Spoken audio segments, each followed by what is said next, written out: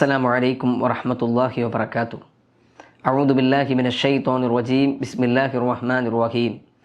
الحمد لله رب العالمين والصلاة والسلام على رسوله الأمين وعلى آله وصحبه أجمعين. فأوصيكم وإياي أولا بتقوى الله. رب اشرح لي صدري ويسر لي أمري واحلل عقدة من لساني يفقهوا قولي. أعوذ بالله من الشيطان الرجيم. بسم الله الرحمن الرحيم. وقل للمؤمنات يغضضن من أبصارهن ويحفظن فروجهن ولا يبدين زينتهن إلا ما ظهر منها وليضربن بخمرهن على جيوبهن. صدق الله مولانا العظيم. ഏറ്റവും സ്നേഹം നിറഞ്ഞ മുസ്ലിമ പഠന കോഴ്സിലെ പഠിതാക്കളെ, വളരെ സുപ്രധാനമായ ഒരു വിഷയമാണ് ഇന്ന് നമ്മൾ സംസാരിക്കുന്നത്. സ്ത്രീകളുടെ ഔറത്ത് ഏതാണ് എന്നതാണ് നമ്മുടെ ഇന്നത്തെ സംസാര വിഷയം. പുരുഷന്മാരുടെ ഔറത്ത് ഏതാണ് എന്ന് നമുക്കറിയാം. മുട്ടുപൊക്കിലിൻ്റെ ഇടയിലുള്ള സ്ഥലമാണ്. എല്ലാ ഘട്ടങ്ങളിലും ഒരു പുരുഷൻ്റെ ഔറത്തായി വിശുദ്ധ ഇസ്ലാം പരിചയപ്പെടുത്തുന്നത്. പുരുഷന്മാരും സ്ത്രീകളും വ്യത്യസ്തരാണ് എന്നതുകൊണ്ട് വലൈസ ദക്കറുക്കൽ ഉൻത, ആണും പെണ്ണും ഒരുപോലെയല്ല. രണ്ടുപേരുടെയും ശരീരപ്രകൃതിയിൽ, അവരുടെ പെരുമാറ്റത്തിൽ, സ്വഭാവത്തിൽ എല്ലാം മാറ്റങ്ങളുണ്ട് എന്നതുകൊണ്ട് പുരുഷന്മാരുടെയും സ്ത്രീകളുടെയും ഔറത്തിനും മാറ്റമുണ്ട്. പുരുഷൻ്റെ ഔറത്ത് മുട്ടുപൊക്കിലിൻ്റെ ഇടയിലുള്ള സ്ഥലമാണെങ്കിലും മുട്ടും പൊക്കിലും കൂടി മറക്കേണ്ടതുണ്ട്. കാരണം മുട്ടുപൊക്കിലിൻ്റെ ഇടയിലുള്ള സ്ഥലം പൂർണ്ണമായും മറക്കപ്പെടണമെങ്കിൽ മുട്ടും പൊക്കിലും കൂടി അതിൻ്റെ ഭാഗമായി മറക്കപ്പെടേണ്ടതുണ്ട്. മാലാ യത്തിമുൽ വാജിബു ഇല്ലാ ബിഹി ഫഹുവ വാജിബുൻ എന്നാണല്ലോ. അതുകൊണ്ട് ഒരു വാജിബിൻ്റെ പൂർത്തീകരണത്തിന് ആവശ്യമുള്ള സംഗതിയും വാജിബായി തന്നെ പരിഗണിക്കപ്പെടുന്നതാണ് എന്ന ഒരു തരത്തിൽ മുട്ടുപൊക്കിലടങ്ങുന്ന ഭാഗം പൂർണ്ണമായും പുരുഷന്മാർ മറക്കേണ്ടതാണ്. എന്നാൽ സ്ത്രീകളുടെ ഔറത്ത് ഏതാണ്? സ്ത്രീകൾ വളരെ ഗൗരവതരമായി ആലോചിക്കേണ്ട ഒരു വിഷയമാണ്. സ്ത്രീകൾ നിസ്കാരത്തിൽ അവരുടെ ഔറത്തുണ്ട്. അന്യപുരുഷന്മാരുടെ മുമ്പിൽ അവരുടെ ഔറത്ത് വരുന്നുണ്ട്. അവർക്ക് വിവാഹബന്ധം നിഷിദ്ധമായ മഹറമുകളായ ആളുകളുടെ മുമ്പിലുള്ള അവരുടെ ഔറത്തുണ്ട്.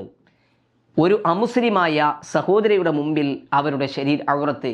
ഇങ്ങനെ 4 രീതികളിൽ സ്ത്രീകളുടെ ഔറത്തുകൾ വ്യത്യസ്തമായ രീതിയിൽ ഫുഖഹാ, കർമ്മശാസ്ത്ര പണ്ഡിതന്മാർ നമുക്ക് വിശകലനം ചെയ്തു തന്നിട്ടുണ്ട്. ഇവിടെ നമ്മൾ ആമുഖമായി അറിഞ്ഞിരിക്കേണ്ട ഒരു കാര്യം, അന്യപുരുഷന്മാരുടെ ദർശനത്തിന് കളമൊരുക്കാത്ത വിധം സഹോദരിമാർ അവരുടെ ശരീരഭാഗങ്ങളെ മറച്ചു പിടിക്കണമെന്ന് പരിശുദ്ധമായ ഖുർആൻ ആയത്തുൽ ഹിജാബ്, മറ സ്വീകരിക്കണം എന്ന് പറയുന്ന വിവിധങ്ങളായ ആയത്തുകളിലൂടെ നമ്മെ പഠിപ്പിക്കുന്നുണ്ട്.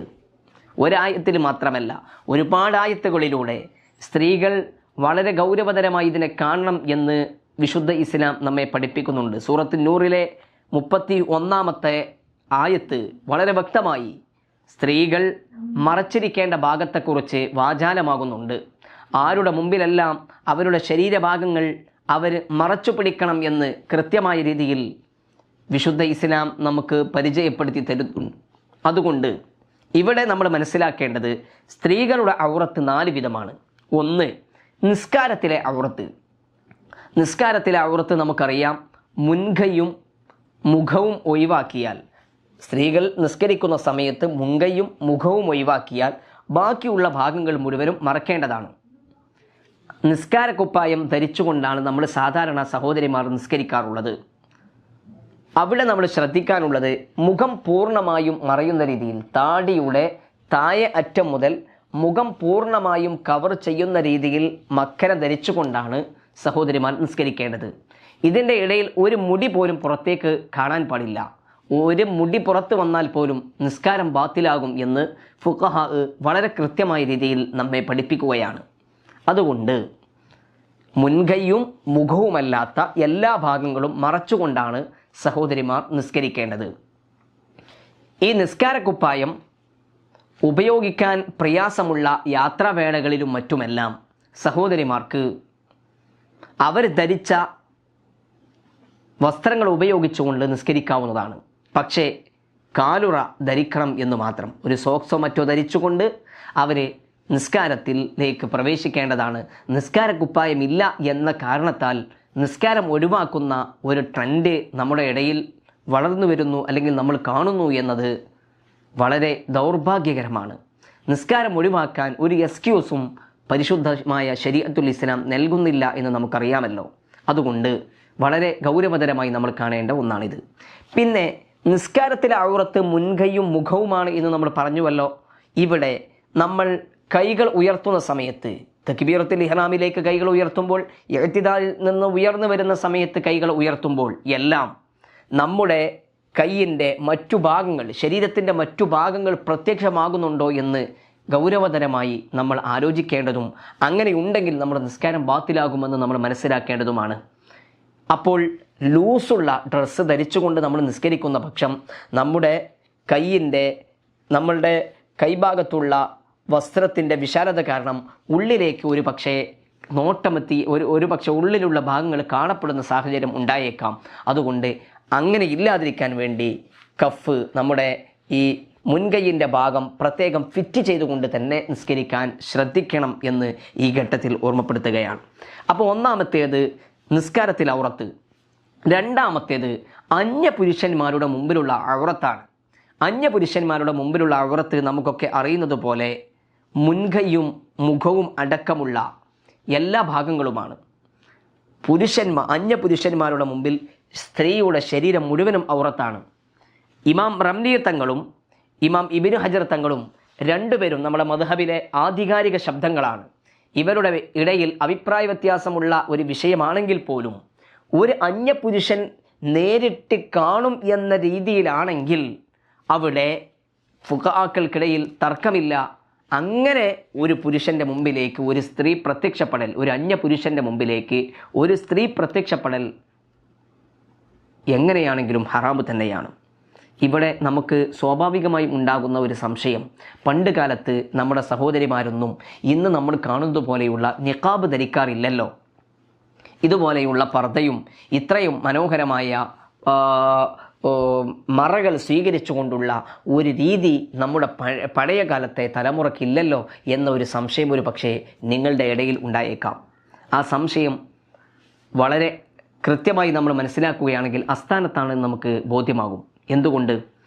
നമ്മുടെ പഴയ കാലത്തെ സഹോദരിമാർ ഉസ്അലൂഹുന്ന മിൻ വറാഇ ഹിജാബ്, മറക്ക് പിറകിൽ നിന്നാണ് അവരോട് സംസാരിക്കേണ്ടത്, കാര്യങ്ങൾ അന്വേഷിക്കേണ്ടത് എന്ന് പറഞ്ഞ ഒരു തലമുറയായിരുന്നുവെങ്കിൽ അവർ ഏതെങ്കിലും ഒരു പുരുഷനോട് സംസാരിക്കുകയാണെങ്കിൽ, ഉസ്താദുമാരോടോ അതല്ലെങ്കിൽ അവർക്ക് അത്യാവശ്യമായി സംസാരിക്കേണ്ട വ്യക്തികളോടോ സംസാരിക്കുകയാണെങ്കിൽ പോലും ഒരു പക്ഷേ അവരുടെ തട്ടം കൊണ്ട് അവർ മുഖം മറച്ചുകൊണ്ടോ, അതല്ലെങ്കിൽ ഒരു കൊട പിടിച്ചുകൊണ്ടോ, അതല്ലെങ്കിൽ ഒരു വാതിലിൻ്റെ പിറകിൽ നിന്നുകൊണ്ടോ ഒക്കെയായിരുന്നു നമ്മുടെ സഹോദരിമാർ സംസാരിച്ചിരുന്നത്. ഇവിടെ നമ്മൾ മനസ്സിലാക്കേണ്ടത്, അങ്ങാടികളിലേക്കും മറ്റുമൊക്കെ സ്ത്രീകൾ വ്യാപകമായ രീതിയിൽ യാത്ര ചെയ്യുന്ന ഒരു സാഹചര്യം ഇന്നത്തെ കാലത്തുണ്ട്. എങ്ങനെയാണെങ്കിലും അന്യപുരുഷന്മാരുടെ മുമ്പിൽ മുൻകൈയും മുഖവും മറക്കേണ്ടതുണ്ട് എന്ന അഭിപ്രായം ഇമാം റംലി റളിയല്ലാഹു അൻഹു പറഞ്ഞ അഭിപ്രായം നമ്മുടെ മദ്ഹബിലെ പ്രബലമായ വീക്ഷണമാണ്, നമുക്കറിയാം. അതുകൊണ്ട് അന്യപുരുഷന്മാരുടെ മുമ്പിൽ സ്ത്രീകൾ മുൻകൈയും മുഖവും അടക്കമുള്ള എല്ലാ ഭാഗങ്ങളും മറക്കേണ്ടതാണ്. എന്നാൽ അങ്ങനെ സ്ത്രീകൾ മുഖം മുഴുവനായിട്ടും മറക്കേണ്ടതില്ല. പുറത്തിറങ്ങുന്ന സമയത്ത് അവരുടെ മുൻകൈയും മുഖവും പ്രത്യക്ഷമാക്കിയാൽ പ്രശ്നമില്ല എന്ന് മഹാനായ ഇബ്നു ഹജർ റളിയല്ലാഹു അൻഹു പഠിപ്പിക്കുന്നത് ഇങ്ങനെ ഒരു ഫിത്നയോ അതല്ലെങ്കിൽ അവർ നേരിട്ട് കാണുകയോ ചെയ്യുന്ന സാഹചര്യം ഇല്ലാതെയാകുമ്പോൾ മാത്രമാണ് എന്ന് നമ്മൾ മൻ തഹഖഖത് നദറു അജ്നബിയില്ലഹ യൽസമുഹു സത്റു വജ്ഹിഹ അൻഹു എന്ന് മഹാന്മാരായ ഫുഖഹാ രേഖപ്പെടുത്തിയത് നമുക്ക് കാണാൻ കഴിയും. അഥവാ ഒരു അന്യപുരുഷൻ്റെ മുമ്പിലേക്ക് പ്രത്യക്ഷപ്പെടുമെന്ന് ബോധ്യപ്പെട്ട് കഴിഞ്ഞാൽ ആ അന്യപുരുഷനിൽ നിന്ന് മറ സ്വീകരിക്കൽ ഈ സഹോദരിക്ക് നിർബന്ധമാണ്. കാല് മറക്കണമെന്നതിൽ ഒരു അഭിപ്രായ വ്യത്യാസവുമില്ല. ഇബ്നു ഹജർ തങ്ങളും ഇമാം റംലി റളിയല്ലാഹു അൻഹു കാല് മറക്കണം എന്നതിൽ അഭിപ്രായ വ്യത്യാസമില്ല. അപ്പോൾ യാത്ര ചെയ്യുന്ന സമയത്ത് കാലുകളിലും സോക്സ് ധരിച്ചുകൊണ്ടാണ് സഹോദരിമാർ പുറത്തിറങ്ങേണ്ടത് എന്ന ഒരു മസ്അല ഇതിൽ നിന്ന് നമുക്ക് മനസ്സിലാക്കിയെടുക്കാൻ കഴിയുന്നു. ചുരുക്കി പറഞ്ഞാൽ അന്യപുരുഷന്മാരുടെ മുമ്പിൽ സ്ത്രീകളുടെ ശരീരം മുഴുവനും ഔറത്താണ്. എന്നാൽ അങ്ങനെ പുറത്തിറങ്ങുന്ന സമയത്ത് അങ്ങനെ മറക്കൽ സുന്നത്തുള്ളൂ എന്ന ഇബ്നു ഹജർ റളിയല്ലാഹു അൻഹുവിൻ്റെ അഭിപ്രായമുണ്ടെങ്കിലും അവിടെ ഫിത്ന ഭയപ്പെടുകയോ അന്യപുരുഷന്മാരോട് നേരിട്ട് സംസാരിക്കേണ്ട ഘട്ടങ്ങളോ മറ്റോ വരുമ്പോൾ അവിടെയും മറ സ്വീകരിക്കണം എന്നതിൽ തർക്കമില്ല. അതുകൊണ്ട് മറക്ക് പിറകിലാണ് സഹോദരിമാർ സംസാരിക്കുവാനോ മറ്റോ ഉപയോഗപ്പെടുത്തേണ്ടത് എന്ന് നമുക്ക് ഇതിൽ നിന്ന് ബോധ്യമാവാം. മൂന്നാമത്തേത് മഹറമായ ആളുകളുടെ മുമ്പിലുള്ള ഔറത്ത്. മഹറമ് എന്ന് പറഞ്ഞാൽ കുടുംബ ബന്ധം മൂലം വിവാഹം നിഷിദ്ധമായ ആളുകൾ, മുലകുടി ബന്ധത്തിലൂടെ വിവാഹം നിഷിദ്ധമായ ആളുകൾ, വിവാഹ ബന്ധത്തിലൂടെ മഹറമുകളായ ആളുകൾ, ഇവരുടെ മുമ്പിൽ ഒരു സഹോദരി അതുപോലെ മറ്റു മുസ്ലിം സ്ത്രീകളുടെയും മുമ്പിൽ അവരുടെ ഔറത്ത്, ഒരു സ്ത്രീയുടെ ഔറത്ത് മുട്ടുപൊക്കിലിൻ്റെ ഇടയിലുള്ള സ്ഥലമാണ്.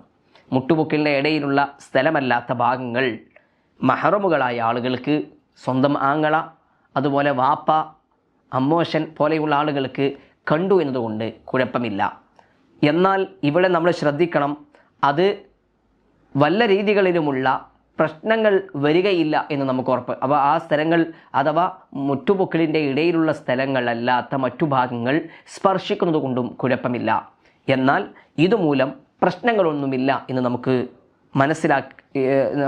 ഇവിടെ പ്രത്യേകമായി ശ്രദ്ധിക്കേണ്ട കാര്യമാണ്.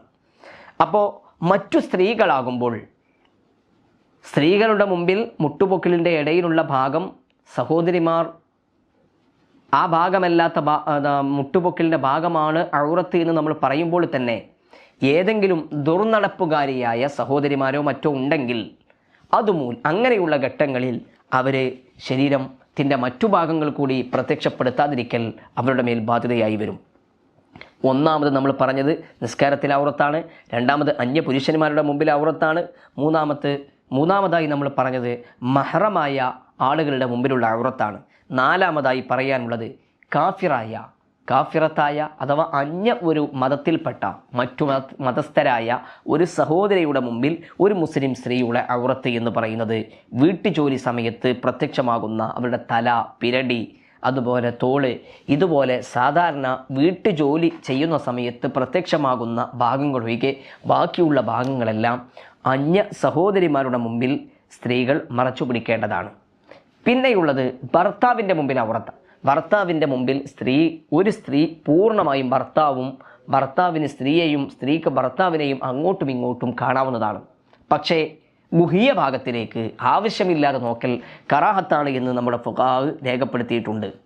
ഇവിടെ ശ്രദ്ധിക്കേണ്ട മറ്റൊരു മസ്അല, നമ്മൾ പുറത്തേക്ക് ഇറങ്ങുന്ന സമയത്ത് നമ്മുടെ വസ്ത്രധാരണ നമ്മൾ വളരെ ഗൗരവത്തിൽ കാണേണ്ടതാണ്.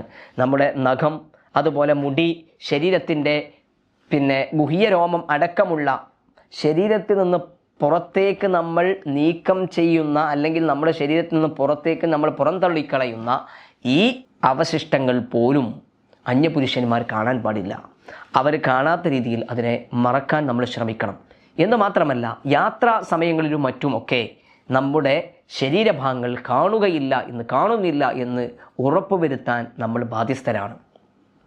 അള്ളാഹുവിൻ്റെ വിശുദ്ധമായ ദീന് അംഗീകരിച്ച് മുന്നോട്ടു പോകുന്ന ഒരു സഹോദരി ഇത്രയും കാര്യങ്ങൾ വളരെ ഗൗരവത്തിൽ മനസ്സിലാക്കിയെടുക്കണമെന്ന് അള്ളാഹുവിൻ്റെ മഹാന്മാരായ ഫുഖഹാ നമ്മെ പഠിപ്പിക്കുകയാണ്.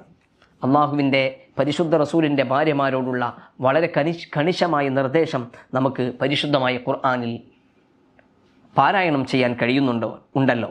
ഞാൻ പറഞ്ഞു വന്നത്, ഇങ്ങനെ പുറത്തേക്ക് ഇറങ്ങുന്ന സമയത്ത് വളരെ കട്ടി കുറഞ്ഞ ശരീരത്തിൻ്റെ തൊലിയുടെ നിറം കാണുന്ന രീതിയിലുള്ള വസ്ത്രങ്ങൾ ധരിച്ചുകൊണ്ട് സഹോദരിമാർ യാത്ര ചെയ്യുന്നതും മറ്റും വളരെ ഗൗരവതരമായി നമ്മൾ കാണേണ്ടതാണ്. നേരത്തെ പറഞ്ഞതുപോലെ നിസ്കാരക്കുപ്പായം ഇല്ല ഇതിൻ്റെ കാരണത്താൽ നിസ്കാരം ഒഴിവാക്കുന്ന ഒരു സാഹചര്യം ഉണ്ടാവരുത്. സോക്സ് ധരിച്ചുകൊണ്ടോ മറ്റോ മുൻകൈയും മുഖവുമല്ലാത്ത മറ്റു ഭാഗങ്ങൾ മറച്ചുകൊണ്ട് സഹോദരിമാർ നിസ്കരിക്കേണ്ടതാണ്. പ്രായപൂർത്തി എത്താത്ത ചെറിയ പെൺകുട്ടികളെ നമ്മൾ നിസ്കാരം പരിശീലിപ്പിക്കുമ്പോഴും ആ സഹോദരിമാരും ഇതുപോലെ അവരുടെ ശരീരഭാഗങ്ങൾ നിസ്കാരത്തിൽ മുൻകൈയും മുഖവുമല്ലാത്ത മറ്റു ഭാഗങ്ങളൊക്കെ മറച്ചിട്ടുണ്ട് എന്ന് ഉറപ്പുവരുത്തണം. അവരെ ഈ കാര്യങ്ങൾ പരിശീലിപ്പിക്കുന്ന ആളുകളുടെ ബാധ്യതയായിട്ടാണ് മഹാന്മാരായ ഫുഖഹാ അതിൻ്റെ ഉത്തരവാദിത്തം ഇതിനെ നമുക്ക് പഠിപ്പിച്ചു തരുന്നത്. സ്ത്രീ പുരുഷന്മാരുടെ ശരീരത്തിൽ നിന്ന് കാണൽ നിഷിദ്ധമായ എല്ലാ കാര്യങ്ങളും, എല്ലാ വസ്തുക്കളും മറക്കണം. ഗുഹ്യരോമമാവട്ടെ, നഖമാവട്ടെ, മുടിയാവട്ടെ, ഇങ്ങനെ വേർപിരിയുന്ന സമയത്ത് ഇതെല്ലാം സുരക്ഷിതമായി പുരുഷന്മാർ കാണുന്നില്ല എന്ന് ഉറപ്പുവരുത്തേണ്ട ബാധ്യത നമുക്കുണ്ട്. ഏതായാലും പുരുഷനെ അന്യ സ്ത്രീയെ കാണൽ അനുവദനീയമായ ഘട്ടങ്ങളുണ്ട്. അതും നമ്മൾ ഇതിൻ്റെ കൂടെ മനസ്സിലാക്കേണ്ടതാണ്. ഒന്ന്, ചികിത്സാ വേളകൾ. ചികിത്സയുടെ ആവശ്യത്തിന് വേണ്ടി അന്യ സ്ത്രീയുടെ നോക്കലും സ്പർശിക്കലും അവളുടെ ഭർത്താവിൻ്റെയോ മഹറമിൻ്റെയോ വിശ്വസ്തരായ മറ്റു സ്ത്രീയുടെയോ സാന്നിധ്യത്തിൽ അനുവദനീയമാണ് എന്ന് നമ്മുടെ ഫുഖഹാ നമ്മെ പഠിപ്പിക്കുന്നുണ്ട്. അതേപോലെ സാക്ഷി നിർവഹിക്കാൻ വേണ്ടി സഹോദരിമാർ സാക്ഷി നിർവഹിക്കാൻ വേണ്ടി ഒരു വിഷയത്തിൽ ഒരു മസ്അലയുമായി ബന്ധപ്പെട്ട് നമുക്ക് സംസാരിക്കാൻ വേണ്ടി ഒക്കെ അവരുടെ മുഖം അന്യ പുരുഷന്മാരുടെ മുമ്പിൽ കാണിക്കാവുന്നതാണ്, പ്രശ്നമില്ല എന്ന് ഫുഖഹാ പഠിപ്പിക്കുന്നു. അതുപോലെ കച്ചവടങ്ങൾക്ക് വേണ്ടി നമ്മുടെ ബിസിനസ് ആവശ്യങ്ങൾക്ക് വേണ്ടി അത്യാവശ്യമായി നമ്മൾ നടത്തേണ്ട ഇതുപോലെയുള്ള തസറുഫ് ക്രയവിക്രയങ്ങൾക്ക് വേണ്ടി അങ്ങനെ കാണിക്കാവുന്നതാണ്. അതുപോലെ അധ്യാപനം, ഫറളായ കാര്യങ്ങൾ പഠിപ്പിക്കുന്ന വേളയിൽ അന്യപുരുഷന്മാരുടെ ശരീരം കണ്ടു എന്നതുകൊണ്ട് കുഴപ്പമില്ല. എന്നാൽ സുന്നത്തായ കർമ്മങ്ങൾക്കും ഇതുപോലെ അന്യപുരുഷന്മാരുടെ മുമ്പിൽ അവർക്ക് ശരീരം പ്രകടിപ്പിക്കാവുന്നതാണ് എന്ന് ഒരു അപ്രബലമായ വീക്ഷണവും നമ്മുടെ പ്രബലമല്ലെങ്കിലും അങ്ങനെ ഒരു അഭിപ്രായവും നമ്മുടെ മദ്ഹബിൽ തന്നെ നമുക്ക് കാണാൻ കഴിയും. ആവശ്യമായ ജോലികൾ പഠിച്ചെടുക്കുന്നതിൻ്റെ വേളയിലും ഇങ്ങനെ അന്യപുരുഷന്മാരെ കാണുന്നത് കൊണ്ട് കുഴപ്പമില്ല. എന്നാൽ ഇവിടെയൊക്കെ വളരെ ഗൗരവമായി ആത്യന്തികമായി നമ്മൾ മനസ്സിലാക്കാനുള്ള കാര്യം, ഇങ്ങനെയുള്ള ഘട്ടങ്ങളിലൊക്കെ ഹറാമായ കാര്യങ്ങളിലേക്ക് കടന്നു പോവാതിരിക്കാൻ വളരെ ഗൗരവത്തിൽ നമ്മൾ ശ്രദ്ധിക്കേണ്ടതാണ്. അള്ളാഹു നമ്മെ സഹായിക്കട്ടെ. പ്രത്യേകിച്ച് ഒരു സഹോദരിയുടെ ഏറ്റവും വലിയ സൗന്ദര്യം എന്ന് പറഞ്ഞാൽ അവളുടെ ലജ്ജയാണ്. അതുകൊണ്ട് മുഖത്തിൽ നിന്നാണല്ലോ ഈ സഹോദരിയെക്കുറിച്ച് കൃത്യമായ ഒരു ധാരണയിലേക്ക് കാണുന്ന വ്യക്തി എത്തിപ്പെടുന്നത്. അതുകൊണ്ട് ഇബ്ലീസ് ഒരുക്കി വെക്കുന്ന ഏറ്റവും വലിയ കുതന്ത്രമാണ്, അവൻ്റെ ചതിയാണ്, വലയാണ്, അതിൻ്റെ ഒരു ട്രാപ്പാണ് നമ്മൾ മുഖത്തിലേക്കുള്ള അല്ലെങ്കിൽ ഹറാമിലേക്കുള്ള നോട്ടം എന്ന് മനസ്സിലാക്കിക്കൊണ്ട് അങ്ങനെയുള്ള നോട്ടത്തിൻ്റെ അവസരങ്ങൾ പൂർണ്ണമായും കൊട്ടിയടക്കുവാൻ സഹോദരിമാർ പ്രത്യേകമായി ശ്രദ്ധിക്കേണ്ടതാണ്. പണ്ട് കാലത്തുള്ള ഉമ്മമാർ ഇങ്ങനെയൊക്കെ വലിയ നിഖാബ് എന്ന് പറഞ്ഞാൽ മുഖം പൂർണ്ണമായും മൂടിയിട്ട് ഒരു കണ്ണോ അല്ലെങ്കിൽ 2 കണ്ണോ മാത്രം വെളിവാകുന്ന രീതിയിൽ ബാക്കി എല്ലാ ഭാഗങ്ങളും മറച്ചു പിടിച്ചുകൊണ്ടുള്ള രീതികൾ സ്വീകരിച്ചിട്ടില്ലെങ്കിലും അവർ ഇന്നത്തെ സഹോദരിമാരേക്കാൾ വളരെ ആത്മാർത്ഥതയും ഇഖ്ലാസും കാത്തു സൂക്ഷിച്ചവരായിരുന്നു. അവർ സംസാരിക്കുന്ന സമയത്തും മറ്റൊക്കെ കൊട ചൂടിപ്പിടിച്ചുകൊണ്ട് യാത്ര ചെയ്തവരായിരുന്നു. ഇന്നത്തെ പോലെ നിഖാബില്ല എന്ന് പറഞ്ഞുകൊണ്ട് നമ്മൾ ഇന്നത്തെ നിഖാബിനെ പരിഹസിക്കേണ്ടതില്ല. ഇതുകൊണ്ട് സ്ത്രീക്ക് ഒരു സുരക്ഷയാണ് ഇസ്ലാം നൽകുന്നത്. പുരുഷന്മാരെന്ന് വ്യത്യസ്തമായി സ്ത്രീക്ക് ഒരുപാട് കാര്യങ്ങളിൽ ശ്രദ്ധ ആവശ്യമുണ്ട് എന്നതുകൊണ്ടാണ് വളരെ സ്ട്രിക്റ്റായ രീതിയിലുള്ള ഒരു നിയമം അള്ളാഹുവിൻ്റെ വിശുദ്ധ ഇസ്ലാം, അത് അവളുടെ സുരക്ഷയ്ക്ക് വേണ്ടി വിശുദ്ധ ഇസ്ലാം നമ്മോട് അനുവർത്തിക്കാൻ പറഞ്ഞിട്ടുള്ളത്.